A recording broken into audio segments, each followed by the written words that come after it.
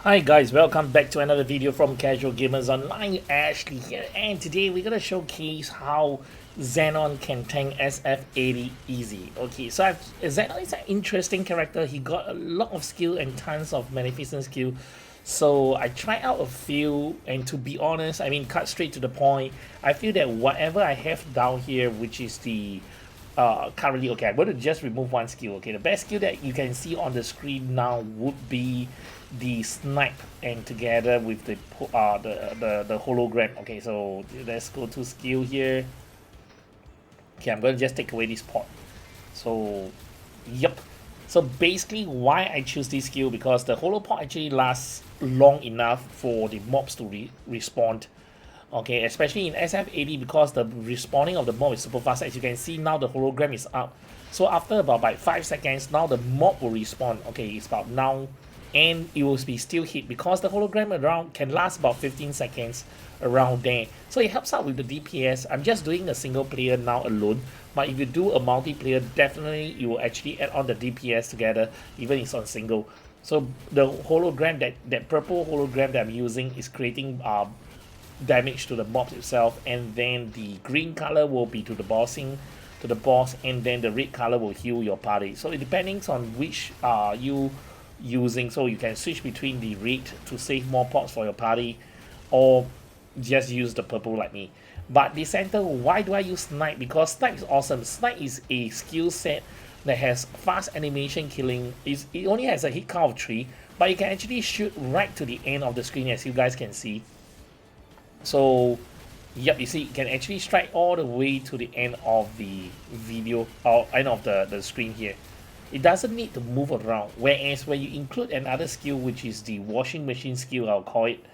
Okay guys, the washing machine skill, the beam dance they call it. Okay, so we keep the beam dance here, and then the difference is you have to spin from left to right in order to kill. You can see this is like left to right. It has to move, you need to move along the way to kill more mobs, whereas the Snipe is stationary and it can reach both ends of the map. Okay, be it on one end shooting to the other end, it does not have any problem at all. But for the spinning wise, after I tested, spinning wise kills lesser mob, and it does take time from left to right. As you can see now, it travels right and then it stops, then you have travel again. So if the mob respawn fast enough, they can't shoot, you need to spin over to that side. So okay, now it spins off and then slowly to the right side. But with the amount of mobs that is here, right, okay, using the Snipe option, it will be definitely faster. You guys can test it out, because I test quite a number of skill so far. This is one, the Snipe is one of the awesome skill that we can use here.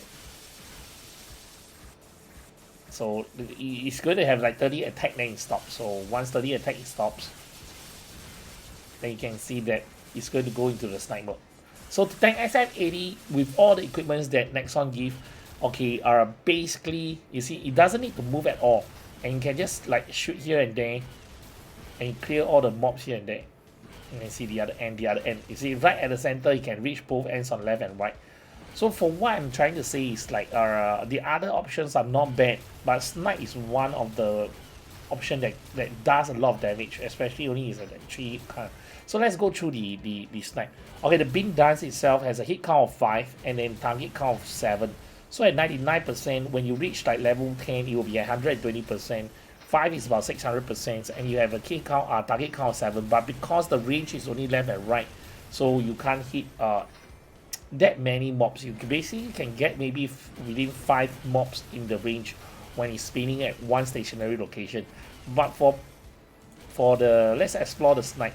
Okay, the Snipe has like hit count of 7, and now it's like 128%. At level 10, I believe that you'll go to 140 something percent or so, and with that is like almost 1000 damage with a 7 hit count.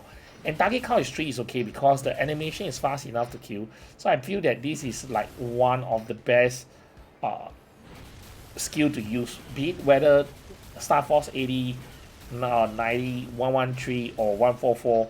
this will be a good choice because the damage is good enough to kill the mobs fast enough before the mobs can kill you. So this force field will actually do damage on one hit count of 1 and target count of 7. So this is the one that continuous damage is not bad also because it's 127% and the duration is 15 seconds. So it's super long. When the mob respawn, it will be inside that hypogram field and you'll still get damage for it. So you'll help out with all the DPS in general. So the hypogram penetrate is for bossing and the hypogram field support is for this. But when you're manual going for bossing, you decided to help out with the reduce of CD, you can actually use this temporal pot for bossing and help your team, whoever use the hyper when they enter, like for example Night Lord, Shade or whatnot. Then after that, without the lead from the Phantom, this can act as a alternative to actually bring down the CD of their skills. So you can see the cooldown decrease per second. So 1 second it can decrease about 3 seconds. So the buff duration is 5 seconds. So having 5 seconds sitting in the pot, right, you actually reduce the CD of 15 seconds for all your party. And the buff, of course, is definitely good because this buff itself consumes surplus energy to increase final damage and boss damage. It's all total together about 15% at level 5. And for the rest of it here, when you reach level 100, okay, level 100 I've covered for countless of times. When you have a new character, you reach level 100, always increase the passive skill first because passive skill will affect all the skills whatever you put here. Okay, the active skill is only one skill. Like for example, if you choose level 10 on Bean Dance, then you'll be level 10 on Bean Dance. Okay, but if you decided to use multiple skill, it's best to go for passive. Why? Passive affect all the skill. Like for example, increase physical attack, additionally increase triangulation skill damage. So physical attack increased by 25%, additional damage increased 44%, and PA increased by 1000. This is insane. Okay, definitely have to bring this to level 5 for the first one. So I repeat again, when you reach level 100, the SP, the skill point, should go to offensive metrics first, then followed by the Xenon Expert, because Xenon Expert will increase your physical damage increase 25% and crit damage of 15%.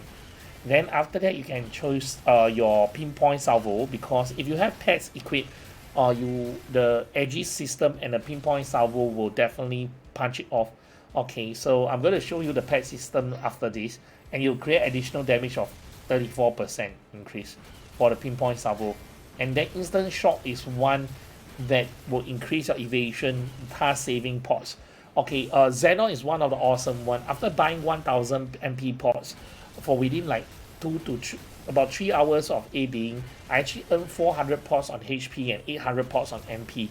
So it's not using a lot of MPs, but I actually earn pots instead of spending pots. So Xenon is a good farmer.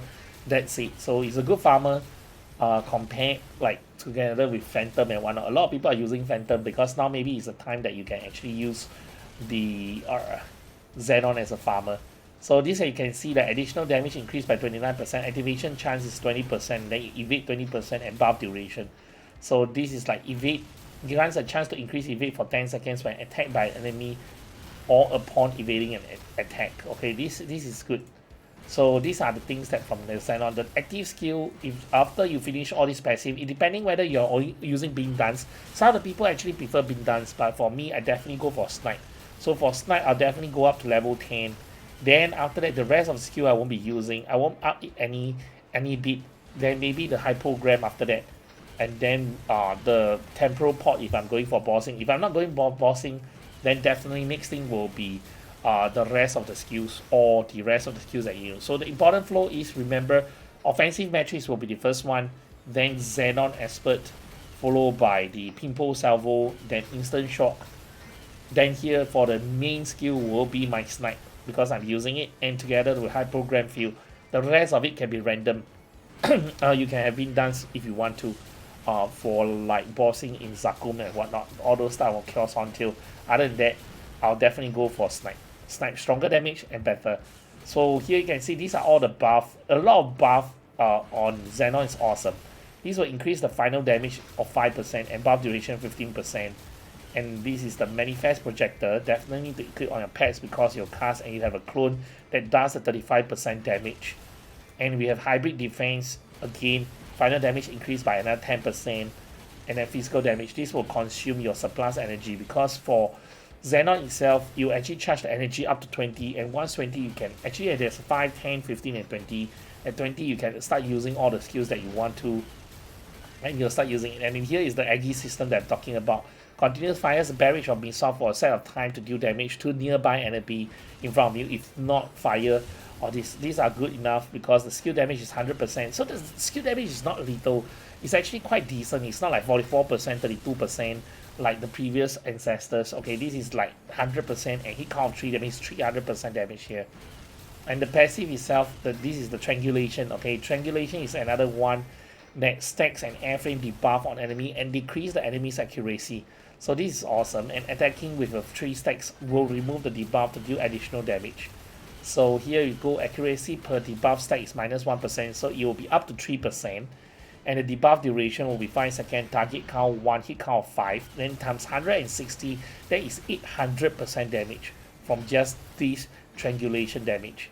And this is the pinpoint salvo redesign B, but because we have that on the passive itself, this is the perfect design. Already give additional 34%, and that is 50% on here. So here, even here we have the buff like Xenon booster, okay, self target, increase the attack speed of the Xenon itself. That's why the attack skills are super fast, and then increase 20% HP and MP.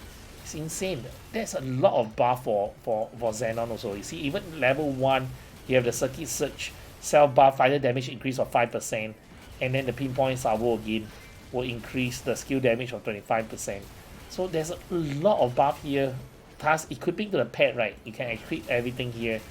Okay, all the skills you can equip, because all this will help. And don't be afraid, because the MP consumption is super low. Okay, and then the HP pots, you can see I already earned like 992 pots and 1513 pots here. I'm earning a lot of pots for this character though. This is awesome. So that said, guys, just remember this character is awesome. So far I can see that the damage is quite decent compared to a lot of new characters that just came out. Okay, like Demon Slayer or Demon Adventure. But if you guys have any other opinion or any other suggestions, please leave in the comments below. And anyone who actually main the Xenon, please leave in the comments below so I know who you are, then we can share our pointers and then share our insights about it. I'm going to build a SF144 Xenon and try to get it to level 170 soon, and put up an update video and then try to get some equipments on it and see how far I can push the Xenon to, because I find that it's quite interesting. This build has a lot of play mechanics, a lot of things. It's not like regular characters that you do the same old. Here you can actually design quite a lot of things and then see whether which is the best way to push out the most damage on your guild dungeon, on the bossing itself, from multi-bosses to single bosses, and then also on farming or leveling at SF maps. So guys, remember to leave a like, and thank you for watching this video. Hope that this very simple guide will help you guys. I love you guys, and catch you all soon back on the next Maplestory Mobile. Okay, the next video will be out on teaching how free-to-play players can make Meso in very different way. Okay, so that's it for you guys today. Love you. Thank you. Bye.